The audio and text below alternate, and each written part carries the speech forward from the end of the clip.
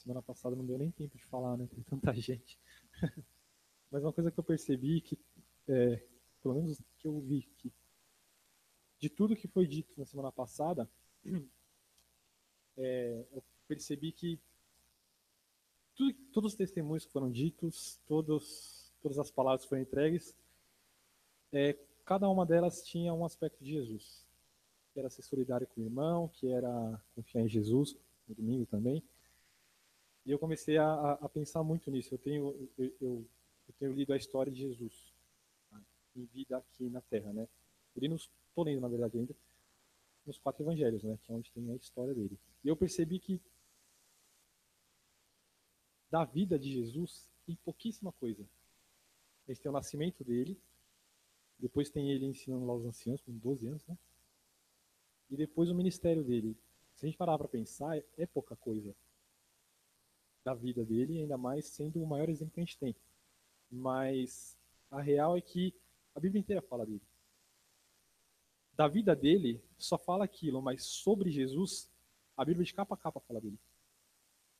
E eu tenho percebido isso, que a gente. O Nenê tava com a camiseta nessa semana passada, seja meu imitador, não tava?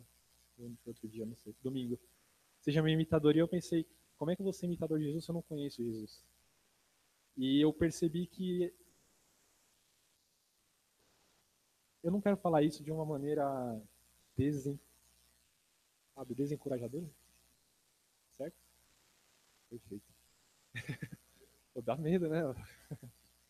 Não quero falar isso de uma maneira desencorajadora, mas a gente pode estudar a Bíblia 24 horas por dia, 7 dias por semana, a gente não vai conhecer Jesus inteiro. Não vai.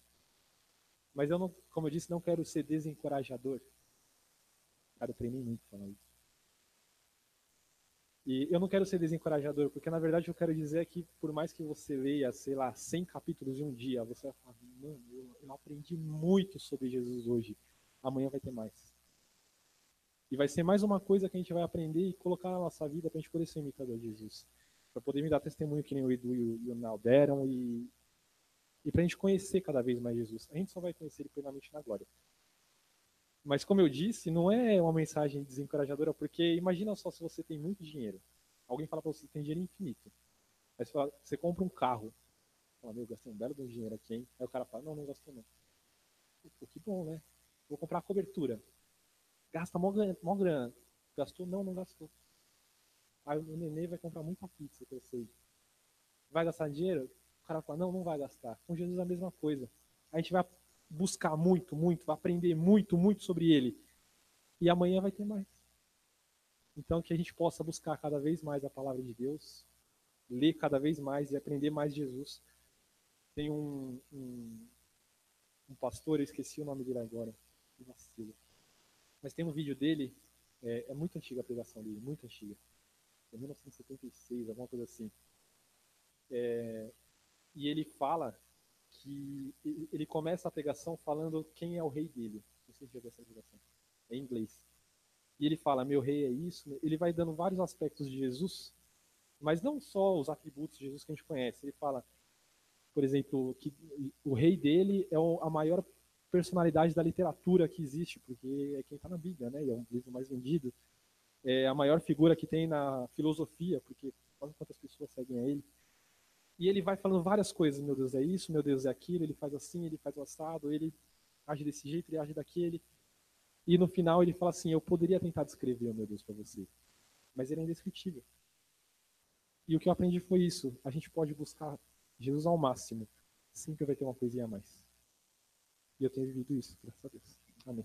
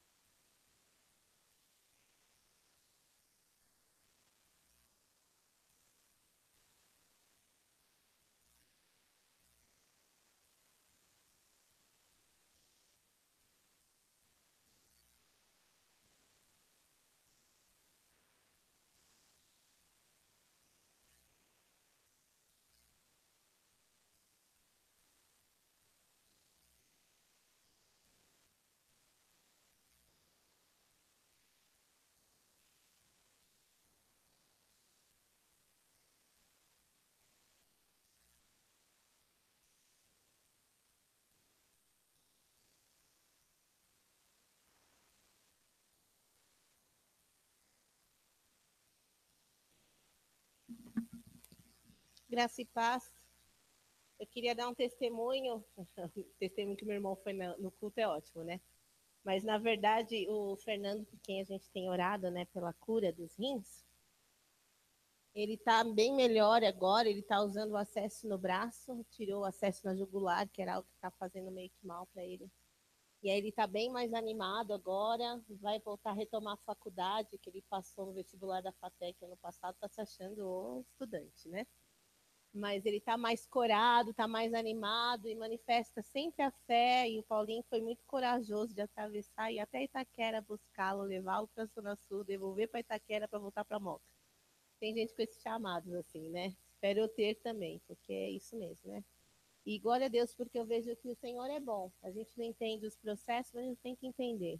Eu sei que o Senhor está passando com ele. Queria que você abrisse, por favor, em João capítulo 6.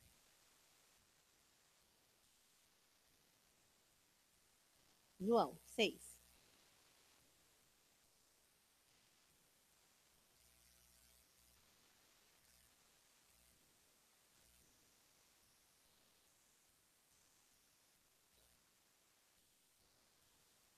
Eu ia ler o texto do lado, mas eu vou ler aqui no verso 5. Então Jesus, erguendo os olhos e vendo que grande multidão vinha ter com ele, disse a Filipe: Onde compraremos pães para lhes dar de comer?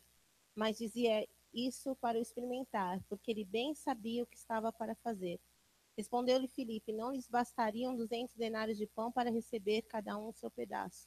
Um de seus discípulos, chamado André, irmão de Simão Pedro, informou a Jesus: Está aí um rapaz que tem 5 pães de cevada e 2 peixinhos, mas isso que é para tanta gente? Então, essa passagem, esse trecho acontece no na super famosa multiplicação, mas eu grifei aqui na minha Bíblia, porque ele bem sabia o que estava para fazer. Jesus levantou os olhos, já sabia da necessidade, ele virou para o Felipe, e aí? O que a gente vai fazer? É muito engraçado Jesus perguntar, tipo, o que a gente vai fazer, né? E aí Felipe fala, mestre, não sei o que vai fazer, não. E o André virou e falou, olha, se eu dizer para o Senhor que não tem nada para alimentá-los, é mentira. Mas o que são 5 pãezinhos e 2 peixinhos para alimentar essa grande multidão? Mas era o que tinha. Então eu estava visitando uma pessoa lá na Praia Grande, eu estava falando para aquela irmã, olha, às vezes a gente acha que tem que ter, que é uma coisa que a gente já falou tanto aqui, eu estou compartilhando porque eu abri, estava aqui, eu estou compartilhando. Que a gente fala e fala e fala e fala muitas vezes na igreja. São os seus 5 pães, os seus 2 peixinhos que Jesus quer usar. E esses 5 pães e 2 peixinhos são suficientes para alimentar muita gente. Não porque eles são seus.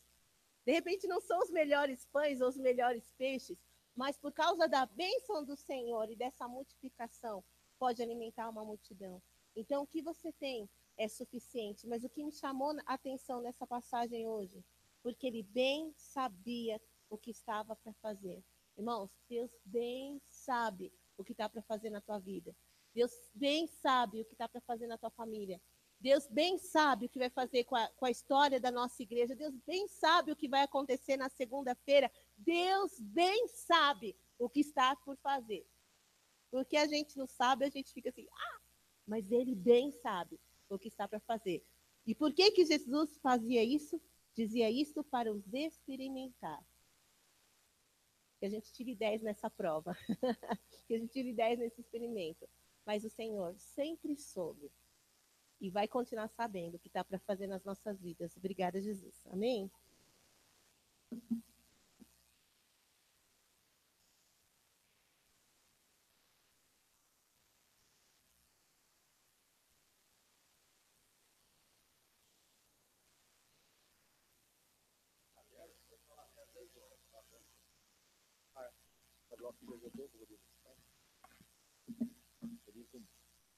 Eu não ia falar nada, mas já que fui provocado. E aqui, então, a Kelly, Cláudia, Lianice, Débora, Marcela, Pedro e eu. Pedro, vamos ouvir tudo de novo, tá? Mas eu queria trazer a palavra que o Senhor me deu para levar lá em Praia Grande e quero compartilhar com vocês Gênesis 15. Apenas que eu serei mais rápido aqui do que lá. Acho. Não, quero ser mais rápido, sim. Por causa dessa palavra, ele bem sabia o que estava para fazer. Nós não sabemos o que Deus está para fazer, mas ele sabe, né? Então, em Gênesis 15, nós temos aqui o capítulo que eu vou ler rapidamente, embora seja um pouco longo. Passados esses acontecimentos, o Senhor falou a Abrão por intermédio de uma visão: não temas, Abrão, eu sou o teu escudo e grande será a tua recompensa. Contudo, Abrão declarou: ó Todo-Poderoso Senhor, meu Deus, de que valerá uma grande recompensa se continuo sem filhos? Eliezer de Damasco é quem vai herdar tudo o que tenho. Tu não me concedeste descendência, e por este motivo um dos meus servos, nascido na minha casa, será o meu herdeiro. Então, imediatamente, lhe assegurou o Senhor: não será Eliezer o teu herdeiro, mas sim o filho gerado de ti mesmo, será o teu legítimo herdeiro. Então o Senhor conduziu Abrão para fora da tenda e orientou: olha para os céus e conta as estrelas, se é que o podes. E prometeu: será assim a tua posteridade. Abrão creu no Senhor, e isto lhe foi imputado para a justiça, acreditado como justiça. E declarou ainda mais o Senhor a Abrão: eu sou o Senhor que te tirei de Ur dos Caldeus para dar-te por herança esta terra. Indagou-lhe Abrão: ó soberano Senhor, como posso saber que tomarei posse desta terra? Então ordenou-lhe o Senhor: tome uma novilha, uma cabra e um cordeiro, cada qual de 3 anos de vida, e também uma rolinha e um pombinho. Abrão trouxe todos esses animais, cortou-os ao meio e colocou cada metade em frente à outra parte. As aves, no entanto, ele não cortou. Em seguida, aves de rapina começaram a descer sobre os cadáveres expostos, mas Abrão as enxotava. E ao pôr do sol, Abrão foi tomado de um sono profundo, e eis que vieram sobre ele trevas densas e assustadoras. Então o Senhor falou a Abrão: sabe com toda certeza que a tua posteridade será peregrina em terra alheia, e será reduzida à escravidão, e será afligida por 400 anos. Contudo, eu julgarei e castigarei a nação que a fizer sujeitar-se à escravidão, e depois de muitas aflições, teus descendentes sairão livres, levando muitas riquezas. Tu, porém, gozarás de uma velhice abençoada, morrerás em paz, serás sepultado e irás reunir-te com os teus pais no mundo dos mortos. Depois de 4 gerações, teus descendentes retornarão para estas terras, porquanto não expulsarei os amorreus, até que eles se tornem tão malignos que mereçam ser severamente castigados. Com a chegada da noite, veio escuridão. De repente, surgiu um braseiro que soltava fumaça e uma tocha de fogo, e o braseiro e a tocha passaram por meio dos animais divididos. E naquele mesmo momento, fez o Senhor a seguinte aliança com Abraão: aos teus descendentes dei esta terra, desde o ribeiro do Egito até o grande rio Eufrates, terra dos queneus, dos quenezeus, dos cadmoneus, dos hititas, dos ferezeus, dos refaíns, dos amorreus, dos cananeus, dos girgazeus e dos jebuseus.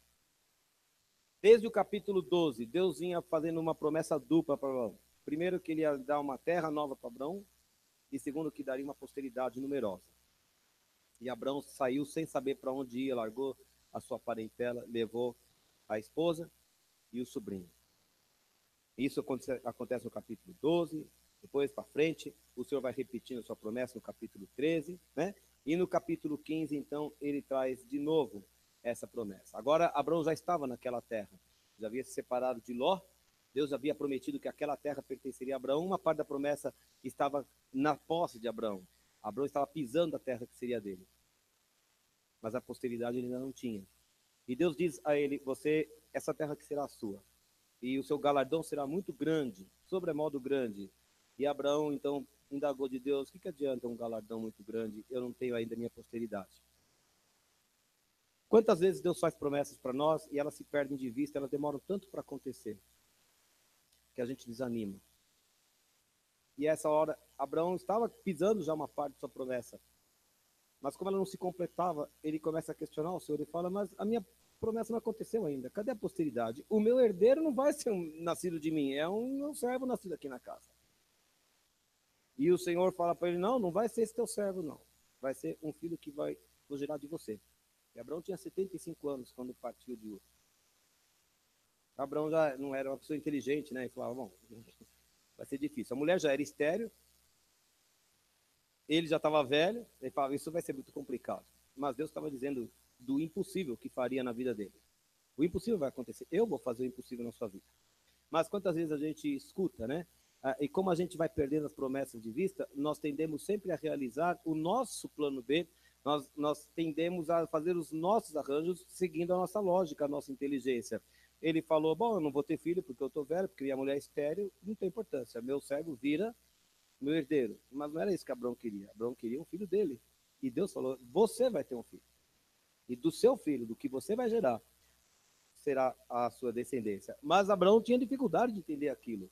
Então Deus diz a Abraão, sai da tua tenda, vai lá fora e conta as estrelas. Se você puder contar as estrelas, a tua posteridade será numerosa como as estrelas do céu. A Bíblia fala que Abraão creu. A Bíblia não fala que Abraão fez alguma coisa, embora a fé sempre seja acompanhada por alguma coisa que a gente faz. A Bíblia fala que Abraão creu. Creu. E isto foi dado como justiça. Abraão foi justificado não porque ele saiu de Ur. Abraão não foi justificado porque ele se arrependeu do episódio de Agar.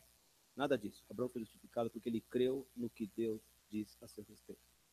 Nada agrada ao Senhor mais do que a nossa fé nas coisas que ele diz sobre nós.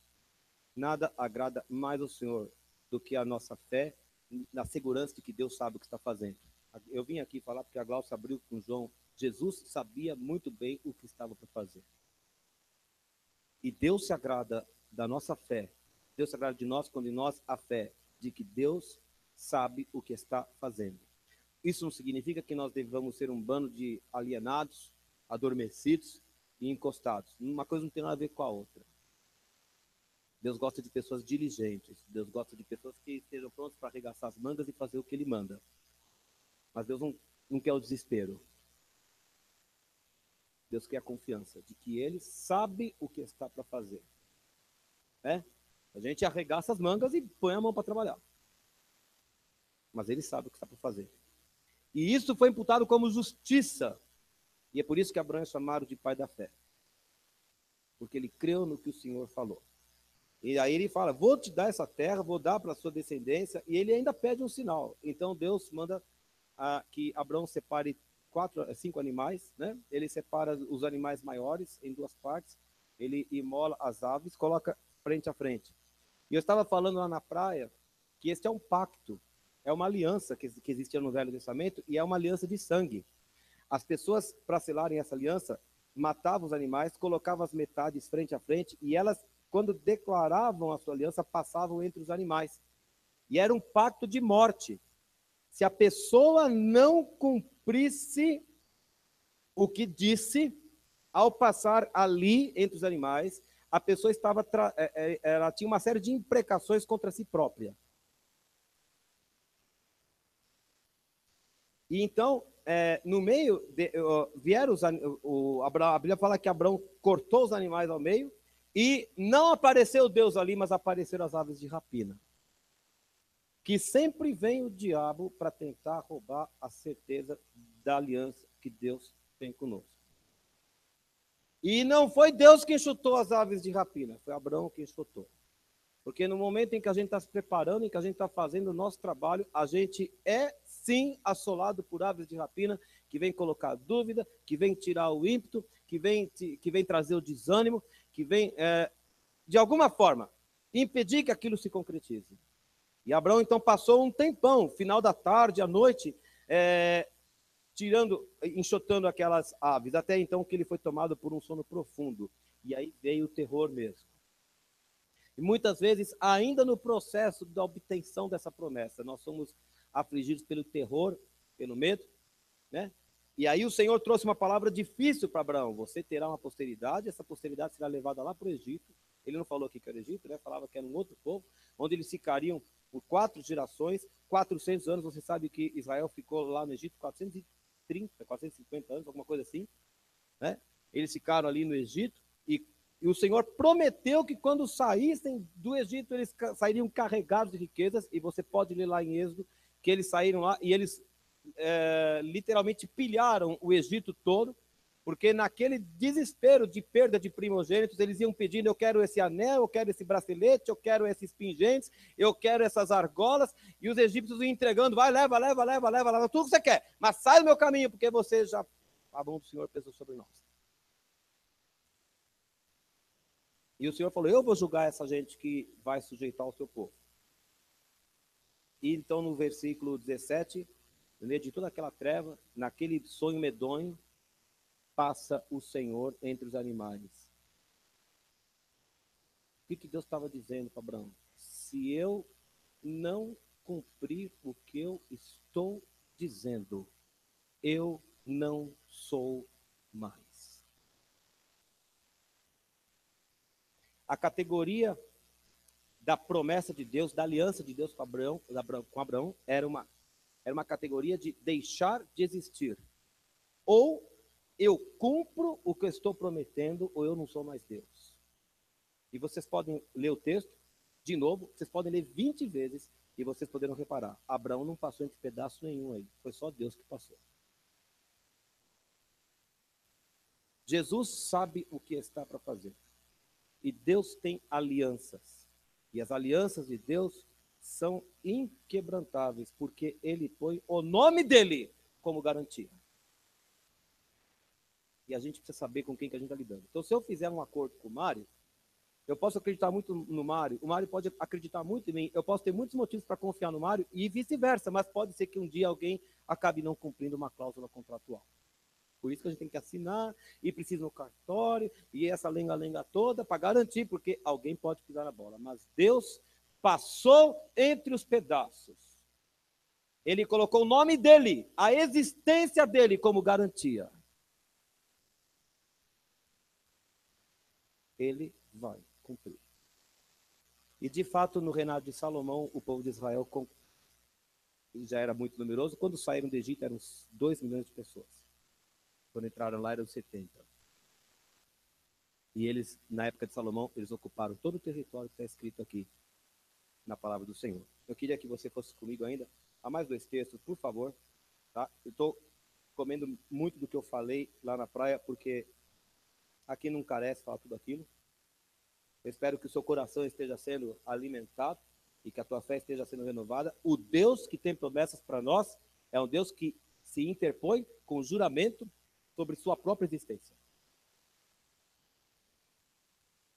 Hebreus capítulo 6, versículo 13. Quando Deus fez a sua promessa a Abraão, jurou por si mesmo. Está vendo só, versículo 13? Deus jurou por ele mesmo, por si mesmo, porque ele não tinha ninguém superior por quem jurar. E declarou, esteja certo que eu abençoarei e farei numerosos os seus descendentes. Sendo assim, havendo Abraão esperado com paciência certeira, alcançou a promessa. Então, o texto de Gênesis conta que Abraão creu em Deus. O texto de Hebreus conta que Abraão esperou. Porque Deus prometeu e Deus vai cumprir. Amém? Versículo 16. Os homens juram por quem é maior do que eles, e para eles o juramento confirma a palavra empenhada, pondo fim a toda discussão. E do mesmo modo, Deus, querendo demonstrar de forma mais clara aos herdeiros da promessa a imutabilidade do seu propósito, interveio com o juramento. Eu quero dizer para vocês que os herdeiros da promessa hoje somos nós. A Bíblia fala que nós somos filhos na fé de Abraão. E quando Deus vê fé em nosso coração, ele se agrada. Talvez a promessa que Deus tenha feito para Abraão não seja igual à nossa, numerosa descendência e possuir a Palestina. Mas as promessas que Deus tem na Bíblia são feitas pelo mesmo Deus que fez promessas a Abraão, e ele é do mesmo caráter. E então de nós ele requer a mesma fé. Uma fé que é operosa. Uma fé que sabe descansar, mas que não fica de braços cruzados. Uma fé que é diligente. Uma fé que sabe esperar, mas que sabe atuar. E obedecer para obter aquilo que Deus prometeu. Amém? E então ele fala aí que Deus interveio com o juramento para que nós, que nos refugiamos no acesso à esperança proposta, sejamos grandemente encorajados por meio de 2 afirmações imutáveis, nas quais é impossível que Deus minta. Atenção, a Bíblia não está dizendo que é possível que Deus minta em alguma coisa. A Bíblia está falando que se há algo em que Deus nunca vai mentir, são essas 2 coisas. A primeira, a promessa dele. Bastava Deus prometer. Deus não precisava passar num juramento lá. Deus já tinha prometido para Abraão. Deus fez Abraão sair da tenda, olhar para o céu e falou, se você puder contar as estrelas, a sua posteridade será como as estrelas do céu. Já era feita a promessa. Mas como Abraão ainda tinha alguma dificuldade de entender, e Deus compreende a nossa humanidade, e Abraão perguntou, como é que eu vou saber que eu vou ocupar isso aqui, em minha descendência? Então Deus faz o juramento. Duas coisas nas quais Deus não pode mentir. A sua promessa, o seu juramento. Deus tem promessas e Deus passa entre os pedaços. Ele passou. Quando é que Cristo passou esse pedaço por nós? Quando ele foi à cruz. E ele comprou a nossa salvação ali. E nos fez herdeiros de todas as promessas. O Senhor passou ali. E foi à tumba. E saiu da tumba. E tudo o que ele disse se cumprirá. Tudo o que ele diz a nosso respeito se cumprirá. Porque ele é impossível que Deus minta. Então eu quero terminar com Jeremias capítulo 1. Quando o Senhor chamou a Jeremias com uma dificuldade. Quantos de nós aqui, honestamente, algum dia ouviu... vou tentar perguntar diferente, está difícil de organizar a pergunta, mas vamos lá. Quantos de nós já recebemos um chamado de Deus ou uma palavra de que Deus vai usar a nossa vida para isto, para aquilo outro, e nós tivemos dificuldade de acreditar, falar, comigo não vai dar para acontecer. Você vai ser pregador, você vai ser um levita, você vai ser um adorador, você vai ser missionário, e fala, comigo não vai dar certo. Jeremias não foi diferente. A gente coloca obstáculo àquilo que Deus faz, àquilo que Deus determina. Nós colocamos. Quando Deus chamou Jeremias, ele falou, eu sou muito jovem, pode esquecer, eu não presto para isso não. O pessoal lá é muito revoltado, eles são graúdos, eu sou pequeno, melhor não. E Deus disse assim, não diga se não passa de uma criança, porque o que eu mandar você vai falar, e não importa a sua idade. Mas o versículo 11, a palavra de Yahvé veio a mim indagando, o que você está vendo, Jeremias? Ao que eu respondi, vejo um ramo de amendoeira. E então Jeová replicou, viste bem, porque eu estou vigiando, a fim de que minha palavra se cumpra. Como é que fala? Eu velo pela minha palavra para cumprir. Nosso Deus tem palavras. E ele olha com carinho para todas elas. E ele não se esquece de nenhuma. E ele trabalha no oculto para cumprir cada uma de suas palavras. O que ele quer encontrar em nós? Para de duvidar, para de pôr obstáculo e não se desespere. Não se desespere. Nosso Deus passou entre os pedaços. E ele não exigiu que Abraão passasse. Porque Abraão não poderia cumprir. Nós não podemos cumprir nossa parte nas promessas porque nós somos falhos. Deus sabe disso. Mas ele cumpre. Esse é o Deus que nós servimos. Fortalece tua fé e bola para frente. O Senhor vai fazer. Amém.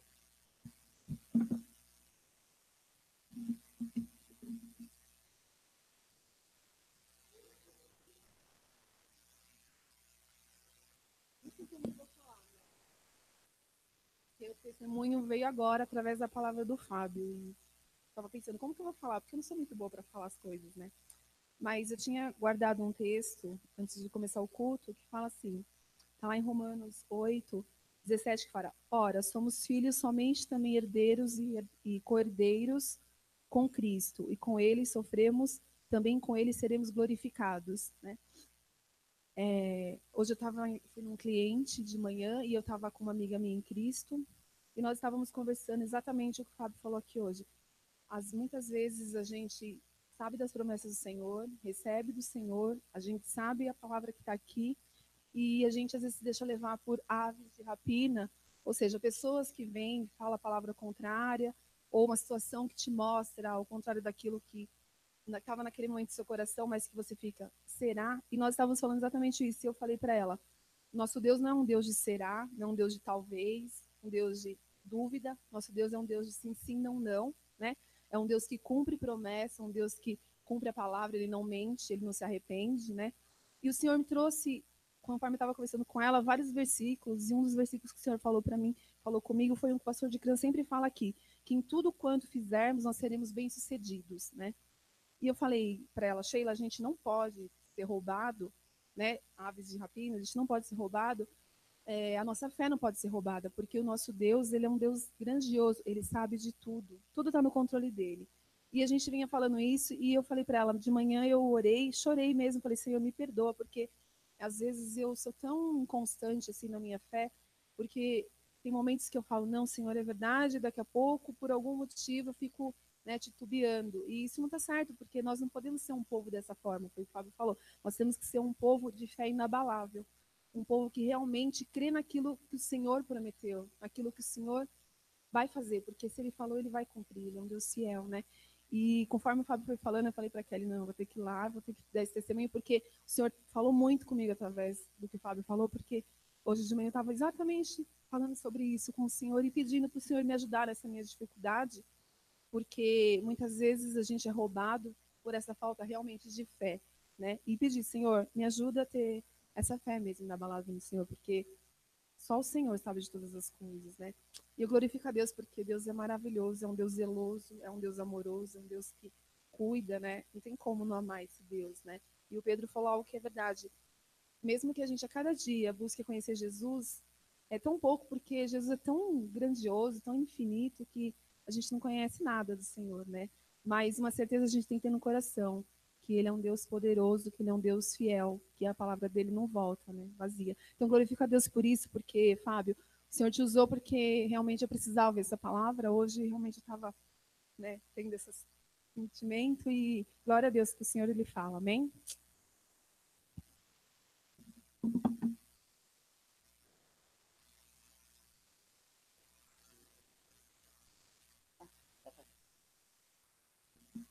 Aleluia. Pode ser para todos. Abra comigo João, capítulo 11. E eu fiquei meditando essa semana todinha em um versículo. João, Evangelho de João, capítulo 11. E eu liguei a rádio no carro para ouvir uma coisa. E, por incrível que pareça, alguém estava ministrando sobre isso também. Eu vi que Deus estava querendo, de uma maneira muito clara, firmar, fixar no coração. Diz que a fé é um dom que vem de Deus. Ele que firma no nosso coração a convicção que Ele é Deus. E aqui em João capítulo 11, versículo 21, um texto que você conhece. Versículo 21, disse, pois Marta a Jesus, Senhor, se tiveres aqui, não teria morrido meu irmão. Mas também sei que mesmo agora, tudo quanto pedides a Deus, Deus o concederá. Declarou Jesus, teu irmão há de ressurgir. Eu sei, replicou Marta, que ele há de ressurgir na ressurreição nos últimos dias. Versículo 25. Disse-lhe Jesus, eu sou a ressurreição e a vida. Quem crê em mim, ainda que morra, viverá. E todo o que vive e crê em mim, não morrerá eternamente. Crê isto? E o versículo que me chamou a atenção foi a resposta de Jesus, versículo 25, a Marta, que diz, eu sou a ressurreição e a vida. Quem crê em mim, ainda, diga ainda que morra. Ainda que morra. E aí está um detalhe. Quando o Fábio estava falando, e logo eu estava meditando dentro do conjunto do entendimento, e eu lembrei, durante a semana, que lá em Romanos 4,18, que Deus, esperando contra a esperança, não duvidou por incredulidade, porque ele estava plenamente convicto que Deus era poderoso para cumprir o que ele prometeu, e se fortaleceu na fé, dando glória a Deus. Ele, esperando contra a esperança, não duvidou por incredulidade, porque ele estava plenamente convicto, tá? E aí que está a convicção. E eu lembrei, durante a semana, de algo que aconteceu na minha vida. Meu pai estava no Paraná, há muitos anos atrás, e o Senhor me revelou que eu estava andando na rua, e o Senhor falou, teu pai, e fazia uns anos que eu não tinha, naquele período, há uns mais de 10 anos atrás, que eu não tinha um contato com ele. Eu tinha perdido o telefone, estava meio difícil o contato. E eu estava andando na rua e o senhor falou comigo, teu pai está passando por cirurgia, mas eu estou com ele. Foi via celestial, celular celestial. E eu fiquei calado, fiquei meditando. E mais um pouquinho, no outro dia eu estava andando, indo para um culto, e dentro do carro, o senhor falou comigo, um espírito de morte está rondando teu pai, repreenda-o. E eu dentro do carro, na mesma hora, sem querer saber quem estava à minha direita, esquerda, tinha gente dentro do carro, eu levantei uma mão no volante, estava dirigindo, e disse, eu repreendo agora todo espírito de morte sobre minha vida e meu pai, porque o Senhor me disse que ele estaria diante de mim num culto, levantando a mão e te aceitando, e eu não aceito que o diabo roube. E repreendi.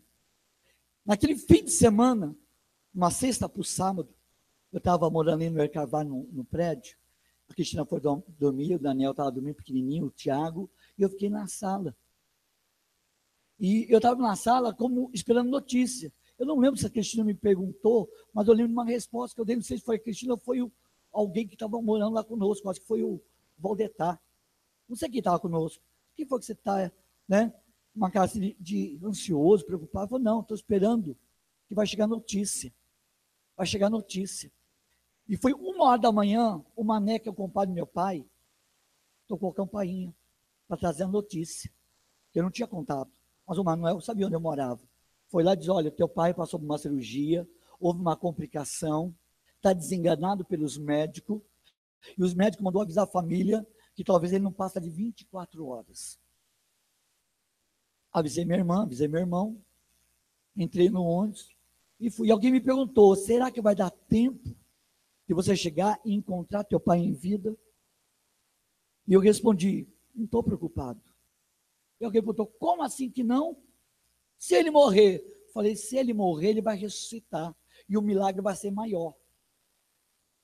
Se ele morrer, eu só vou ter o privilégio de ver ele ressuscitar, porque Deus me prometeu que ele vai estar diante de mim, levantando a mão, aceitando Jesus. Então, de qualquer jeito, eu estou tranquilo. Se Deus vai curar, ele vai curar. Se morrer, vai ressuscitar. Mas que ele vai estar diante de mim, vai. Porque Deus prometeu. E eu cheguei no hospital. E quando eu cheguei no hospital, ele estava no hospital evangélico lá no Paraná. Evangélico. Ele tinha sido transferido naquela sexta-feira, quando eu repreendi, naquela tarde, ele foi transferido do hospital público para o hospital evangélico, e ninguém entendeu nada. E naquele hospital evangélico, ele entrou com um quadro clínico, sem saber o que estava acontecendo, com dores abdominais, e ninguém sabia. E ele tinha passado uma cirurgia para quebrar a pedra dos rins, a laser.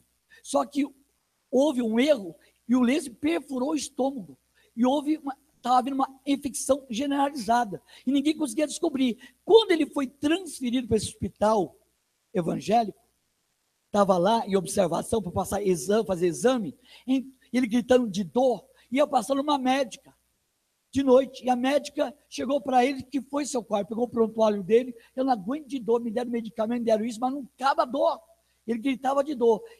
Ele narrou isso para mim, que ela pôs a mão sobre o abdômen dele, ficou parada, só pôs a mão no abdômen, tirou a mão, saiu do quarto, mandou preparar a mesa de cirurgia, foi quando ela fez uma cirurgia de emergência, e ali fez toda a limpeza, né, que constatou aquele vazamento, aquela infecção, e começou, e avisou que estava meio avançado, foi quando avisou, e ele contando. Eu entendi que aquela médica era evangélica, que Deus interviu ali. Quando eu cheguei, ele já tinha passado pela cirurgia, estava na UTI, naquela situação, ainda com risco e tudo mais, uma situação entubada e tudo. E como pastor, eu pude entrar. Eu entrei na UTI, cheguei, ele estava consciente, só podia balançar a cabeça, os olhos. Disse, pai, eu vim aqui para orar contigo. E orei, Senhor, tu me trouxe até aqui. Não para ver a morte, não, vim aqui a ver a tua glória. E eu creio que o Senhor começou, vai terminar. Cumpre a tua promessa. Faz o teu querer, a tua vontade é boa, agradável e perfeita, permita que eu veja, em nome de Jesus. E saí, porque não podia ficar muito tempo. No outro dia eu voltei, ele já não estava entubado, ele já não estava mais naquela situação, ele já estava, né, melhor, bem melhor, sem entubamento, sem nada, né, e já até quase se alimentando. Estava na observação na UTI. Entrei, pai, eu vim orar contigo. Ele, tudo bem. Levantei minha mão e disse, Senhor, cumpre o teu propósito. Envergonha o diabo, que o teu nome venha a ser glorificado. Restaura por completo, em nome de Jesus. No terceiro dia eu cheguei, e ele não estava na UTI, ele estava num quarto, já estava sentado, já estava conversando, e ele olhou para mim e disse, quando eu cheguei, antes de eu falar, vou orar contigo, ele fez assim, posso eu orar contigo agora?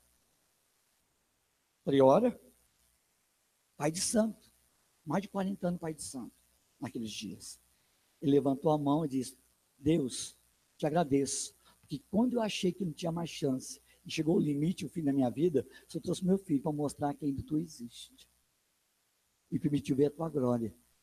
Porque o que eu estou vendo hoje, eu não tinha convicção que eu ia ver. Eu quero te agradecer.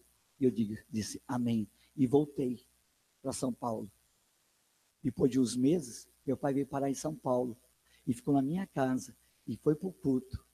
Numa pregação de Jeremias, 33, 3, clama a mim. E quando eu fiz o apelo, foi o primeiro a levantar a mão dentro da igreja. E Deus cumpriu a promessa. Não importa. Ainda que morra. Ainda que morra. As promessas têm vida.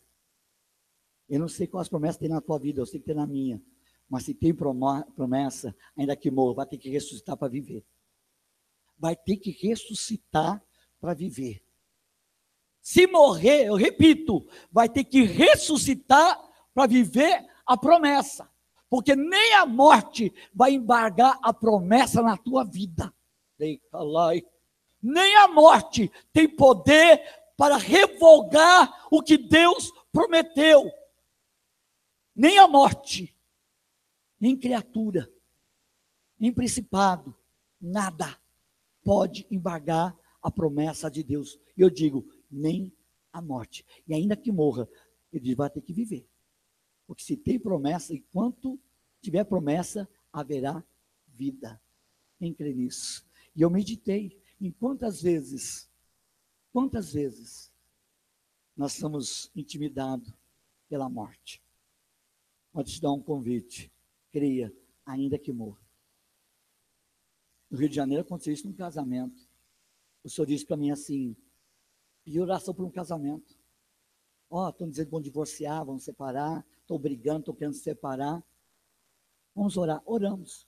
E eu tinha uma visão de uma carta de divórcio sendo rasgada. Eu tinha uma visão aqui de uma carta de divórcio sendo rasgada. Foi lá em Nilópolis, Rio de Janeiro. E vim embora. Passados os meses, voltei para o Rio de Janeiro e fiquei sabendo que eles tinham se divorciado. O casal se divorciou. Mas ouvi o testemunho depois, completo. Se divorciou, e aí? E daí que quando divorciou, a família começou a murmurar. A família começou a desejar, mas não foi Deus que falou que ia rasgar essa carta de divórcio? E começaram. Aí veio um pastor missionário. E foi jantar naquela casa e fizeram um comentário da oração, da visão e da carta que falou que ia rasgar. E contaram para aquele pastor missionário. E o pastor me conta de novo, como que é mesmo? Que estava orando, eles estavam juntos, não tinham se separado. Aí, depois da oração, teve uma visão da carta de divórcio rasgada, assim. E eles se divorciaram, pastor. Vocês não estão entendendo? Não. O quê? Para rasgar a carta, para rasgar uma carta, tem que existir a carta. Significa que ainda que divorciasse, Deus ia rasgar. Ia mostrar. Eles falaram, é mesmo, né? Então quer dizer que a carta vai ser rasgada? Falou, a carta vai ser rasgada. Vamos orar, Senhor, rasga a carta de divórcio. Eles oraram. Não deu 30 dias. Ouviu love de novo, né? O amor voltou. Se apaixonaram de novo. Casaram de novo. E tiveram lua de mel de novo. Você crê nisso? Toma posse da tua vitória. Aplaude o Senhor.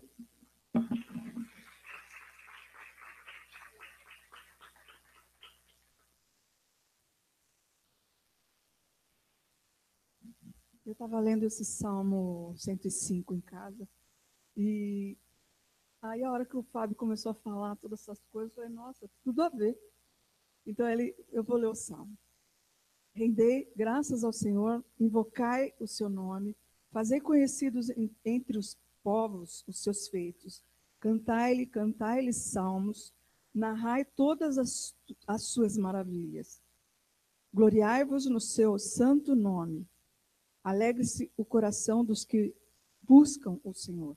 Buscai o Senhor e o seu poder, buscai perpetuamente a sua presença. Lembrai-vos das maravilhas que fez, dos seus prodígios e dos seus juízos, dos juízos dos seus lábios. Vós, descendentes de Abraão, seu servo, vós, filhos de Jacó, seus escolhidos. Ele é o Senhor nosso Deus. Os seus juízos permeiam toda a terra.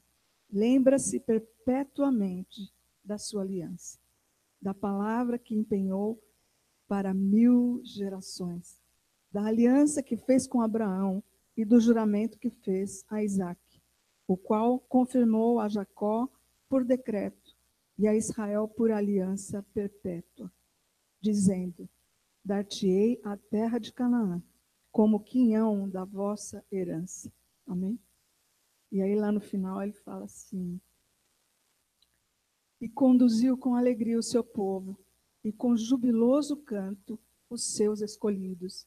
Deu-lhes as terras das nações, e eles se apossaram do trabalho dos povos, para que lhe guardassem os preceitos e lhe obedecessem as leis. Aleluia. Glória a Deus.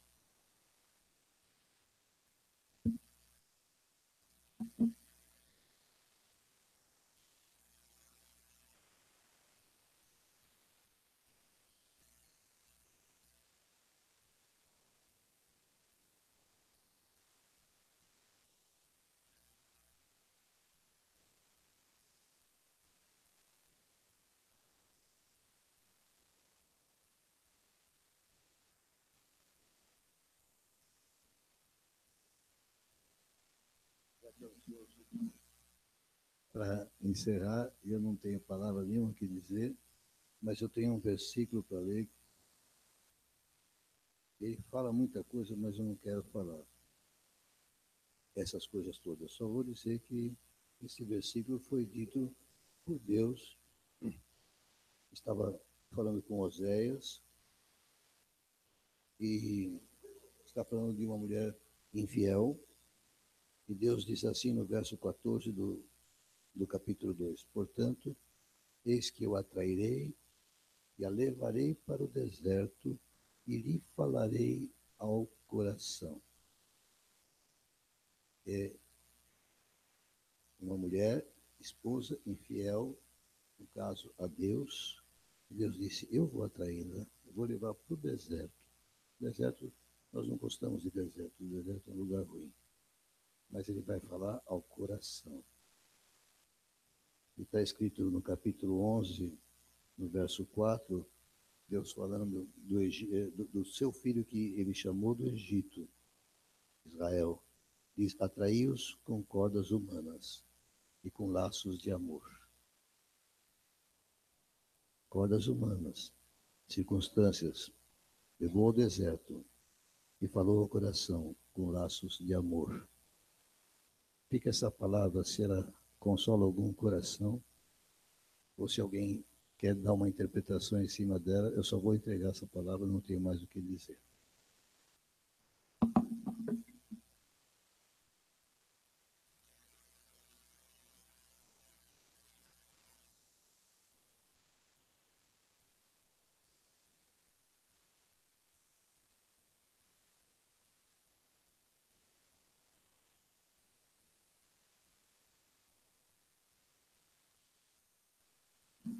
Vou falar algo aqui que o senhor me cobrou e que eu falo da herança. Só for falar da herança. Herança, você não faz nada para conquistar. Já é um bem conquistado. Você só vai receber. Se eu estava meditando antes de trazer a palavra, trouxe a palavra, não falei da herança, você vai lá e fala da herança. Que não precisa fazer nada para conquistar. Porque já é um bem já conquistado. Que vai ser liberado. Só basta ser filho. Só basta ser filho. É filho, tem direito. Receba em nome de Jesus.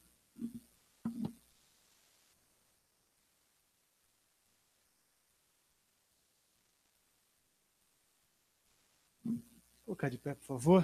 Não vou perguntar se alguém tem mais uma palavra. Não vou mesmo. Você tá de brincadeira, né? Ah, tá. Não, não vou falar não, cara. Antecipando, hein, Félix? Certo. Isso é saber como é que termina sempre o culto. Não levante as mãos. Fique à vontade. Sábado tem renovação, tá bom? Às 7 horas da noite. Vem aí, traga o bolo, traga o refrigerante, os homens. Fiquem para a limpeza, quem limpeza depois do culto, entendeu? Limpeza. Você vai ficar, Débora? Débora vai ficar, pode anotar o nome dela. Tem que avisar certinho. Irmãos, nós estamos, como todo brasileiro, contendo despesas. Diga amém. Por um certo tempo, porque o Senhor é bom. Enfim, então, para a gente não ficar pagando pessoas de limpeza e tudo mais, a gente vai ficar depois do culto de renovação, como a gente fazia lá muitos anos atrás, nós vamos ficar aqui, faremos várias bolinhas de sabão, esfregaremos o chão, cantaremos glória, será demais após a renovação. Então, imperdível essa programação, aleluia. E no domingo de manhã, o pastor desmarcou, só presta atenção aqui, tá? Eu fico brincando e não levo a sério, aí vocês não prestam atenção, não dá certo. Domingo de manhã não tem a reunião com o pastor, tá bom? Porque a gente está nessa, né? Descobrindo o que Deus está fazendo com a gente. Então, não tem a reunião domingo de manhã, mas sábado tem renovação e tem limpeza. Por favor, venham, ajude. Pai, muito obrigado por essa noite. Obrigado porque nós somos herdeiros do Senhor, pois somos teus filhos. Obrigado porque o Senhor nos comprou. Obrigado, Senhor, porque sabemos que podemos descansar em Ti, porque o Senhor é um Deus fiel, aquele que cumpre as suas promessas. É bom saber que ainda que esteja morto, viverá, porque o Senhor é assim. O Senhor Deus do impossível, bendito seja o Teu nome. Leva-nos em paz, livrando de todo mal, em nome de Jesus. Amém.